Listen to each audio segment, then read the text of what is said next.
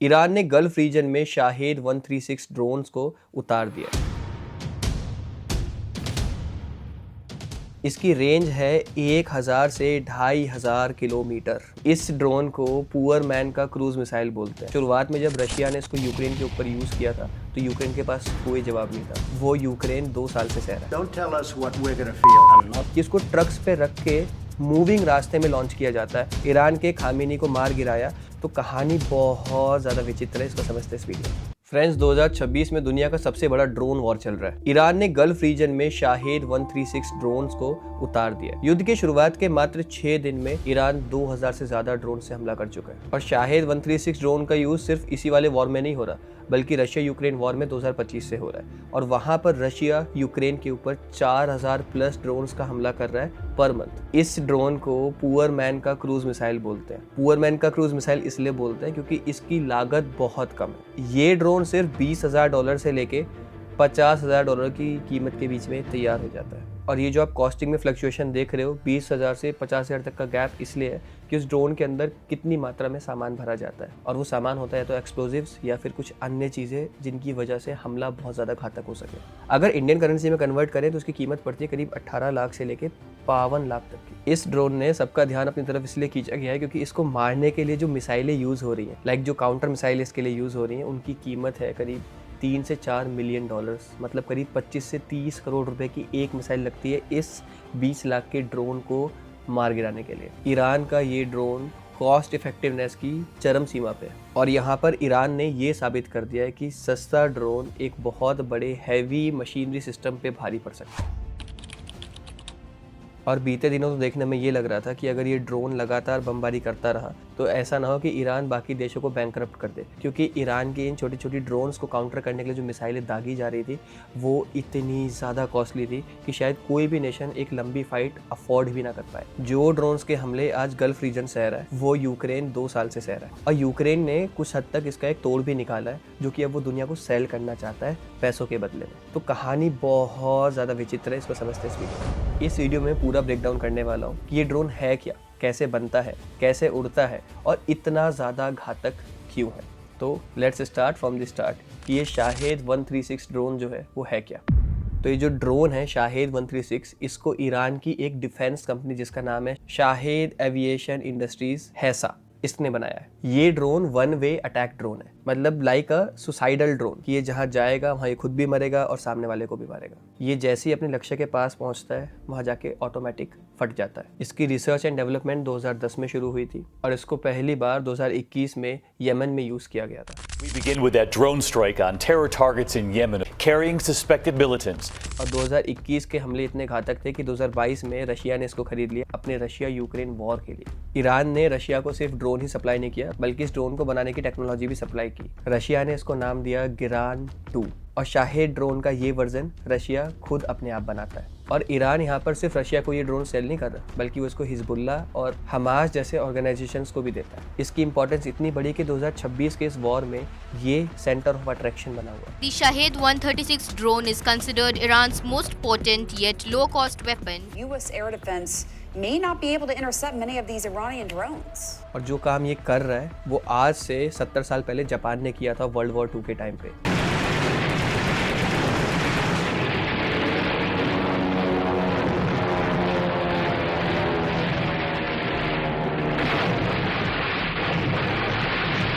जिसको नाम दिया गया था कामिकेजे।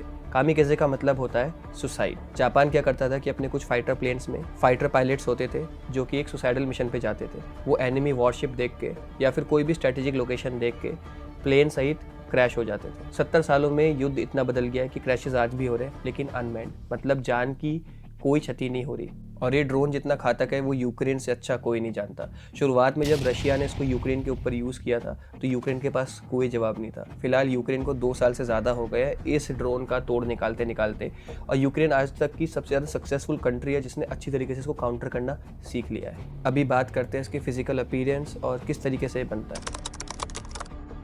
इसकी लंबाई करीब 3.5 मीटर होती है, मतलब एक छोटी कार जितनी। साथ में इसका विंग स्पैन होता है करीब 2.5 मीटर लंबा। इसका वेट होता है सिर्फ 200 से 300 किलोग्राम और इसको लॉन्च किया जाता है इसकी नाक वाले एरिया में 30 से लेके 50 किलो तक के एक्सप्लोजिव्स भर के। और जो इसका रशियन वर्जन है उसमें तो 90 किलो तक के एक्सप्लोजिव्स भरे गए थे इसकी नोज में। और जब ये ड्रोन फटता है तो 100 से 200 मीटर तक के रेडियस में पूरी तबाही मचा देता है। इस ड्रोन को उड़ाने में मदद करता है इसका इंजन जो कि है MD-550। ये एक पिस्टन इंजन है 50 हॉर्स पावर का, जिसको ईरान ने रिवर्स इंजीनियर करके बनाया जर्मनी के लिम्बाच L550E को देखकर। इसकी स्पीड है मैक्सिमम 185 किलोमीटर पर आवर।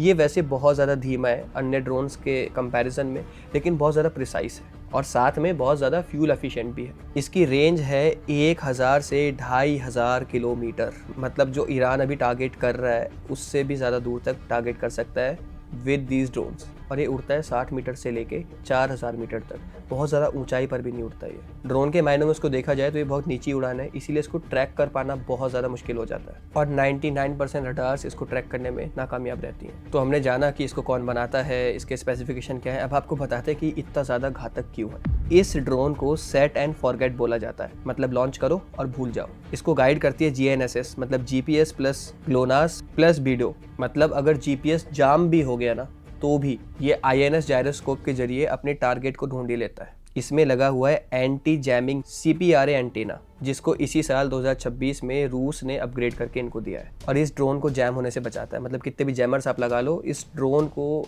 आप रोक नहीं पाओगे। इसके कुछ वर्जन में तो कैमरा भी लगा होता है, प्लस साथ में एक मॉडम होता है जिससे कि वो ड्रोन क्या देख रहा है उसकी लाइव फुटेज ईरान में बैठे हुए लोग देख पाते हैं। वो किस तरह क्रैश कर पा रहा है उसकी लाइव फुटेज डायरेक्टली ईरान पहुंच रही होती है, जिसको Iran time to time release भी करता रहता है। इनफैक्ट ये अमेरिका के खुद के स्टारलिंक से कनेक्ट हो जाता है। इसमें सबसे ज़्यादा घातक चीज़ जो है वो ये है कि इसको आप ट्रैक से लॉन्च कर सकते हैं। अमूमन जब भी हम देखते हैं कोई मिसाइल लॉन्च होता है तो उसकी एक स्ट्रेटेजिक लोकेशन होती है जहाँ से उसको लॉन्च किया जाता है और एनिमी कंट्रीज ज़्यादातर सैटेलाइट्स और GPS के जरिए उस लोकेशन का पता लगा के उस लोकेशन को तबाह कर देती है, क्योंकि अमूमन उसी जगह पे बहुत सारे मिसाइल्स होते हैं जहाँ से कोई भी कंट्री फायर कर रहा होता है। लेकिन इस केस में ईरान ने सबको हैरान कर दिया। ये इतना ज़्यादा लाइट वेट है कि इसको ट्रक्स पे रख के मूविंग रास्ते में लॉन्च किया जाता है। मतलब इसकी लोकेशन ट्रैक करोगे भी तो कैसे, और उसके बाद इसके बेस को तबाह करना बहुत मुश्किल हो जाता है, क्योंकि जब तक एनिमी कंट्री को पता चलता है कि ड्रोन कहाँ से लॉन्च हुआ है तब तक ये उस जगह से 200-300 किलोमीटर दूर पहुंच गया हो।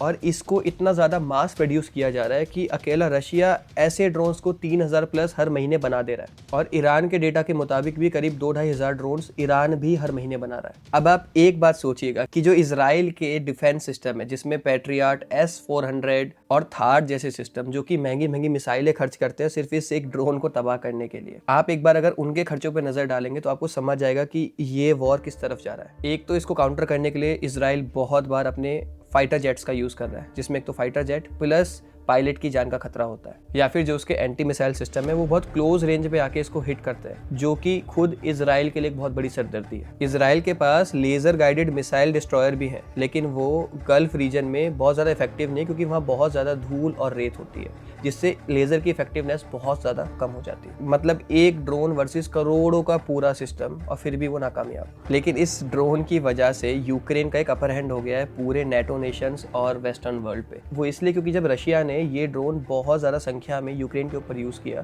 तो यूक्रेन ने इसका काउंटर तैयार करा। लेकिन आज वही काउंटर जब इजराइल और दूसरे देश यूक्रेन से मांग रहे हैं तो बदले में यूक्रेन थोड़ी सी अपनी डिमांडें रख रहा है। आप सबको पता होगा कि नेटो नेशंस और यूक्रेन के बीच में कुछ चीज़ें बहुत ज़्यादा अच्छी नहीं है और फंडिंग भी किस तरीके से रुकी हुई है। कुछ टाइम पहले हम सब ने डोनाल्ड ट्रंप का वो वीडियो देखा था जहाँ पे उन्होंने यूक्रेन के जो प्रेसिडेंट हैं उनको किस तरीके से पब्लिकली शेम किया था। Don't tell us what we're going to feel. We're trying to solve a problem. Don't tell us what we're going to feel. I'm not telling you. Because I'm you're in no answering on this position to question. dictate that. That's Remember exactly what this. you're doing. You're in no position to dictate what we're going to feel. और funding काट देने की बात कही थी। In fact सिर्फ कहा नहीं था, फंडिंग रुक भी गई बहुत हद तक। आज वही यूक्रेन दुनिया के सामने इस शाहेद ड्रोन का एक काउंटर लेके आया है, लेकिन इस बार यूक्रेन वापस चाहता है अपनी डिग्निटी और साथ में काउंटर मेथड्स को सेल करने के बदले कुछ फंड्स, जिससे कि वो अपनी लड़ाई रशिया के अगेंस्ट कंटिन्यू कर पाए। कहाँ आज से कुछ टाइम पहले कोई सोच भी नहीं सकता था कि एक छोटा सा ड्रोन जो कि बहुत कम लागत में बन के तैयार हो जाता है वो हमारे पूरे वर्ल्ड इकोनॉमी और पॉलिटिक्स में इतना बड़ा इम्पैक्ट डालेगा। किसी ने नहीं सोचा था कि यूक्रेन, जिसका इस वॉर से कोई लेना देना नहीं है, उसका एक अपर हैंड हो जाएगा जस्ट बिकॉज ईरान एक स्पेसिफिक ड्रोन बना के यूज कर रहा है। और किसी ने नहीं सोचा था कि इजराइल और यूएस इनके पास जिस तरीके के सिस्टम्स होते हैं उनको इतनी बड़ी चुनौती मिलेगी ईरान जैसे देश से। जब ये वॉर शुरू हुआ और वॉर के पहले दिन ईरान के खामेनी को मार गिराया तो लोगों को लगा कि शायद ये वॉर यहीं पर दी एंड हो गया है। मैंने कुछ हेडलाइंस देखी थी जहाँ पे लिखा गया था कि war started at certain time and ended within 30 minutes, like this was the shortest war in the history of this world, but it was not as such. क्योंकि ईरान ने जो कमबैक यहाँ पे किया और ईरान इतने सारे sanctions के बाद कि वेस्टर्न कंट्रीज ने दुनिया भर के सैंक्शंस ईरान के ऊपर लगाए हुए हैं, एक तरीके से कट ऑफ कर दिया गया है उस देश को पूरी दुनिया से। उसके बाद भी जिस तरीके से ईरान के साइंटिस्ट, ईरान के मिलिट्री ने शाहेद जैसे ड्रोन बनाए हैं, उससे दुनिया के सामने एक बहुत बड़ा एग्जाम्पल सेट करके दिया है। आप लोगों को ये वीडियो कैसी लगी कमेंट में ज़रूर बताना। चैनल पर नए हो तो सब्सक्राइब जरूर कर लेना और आप नेक्स्ट वीडियो क्या देखना चाहते हो मुझे वो भी ज़रूर बताना। मिलते हैं अगली वीडियो में। Thanks for liking this video.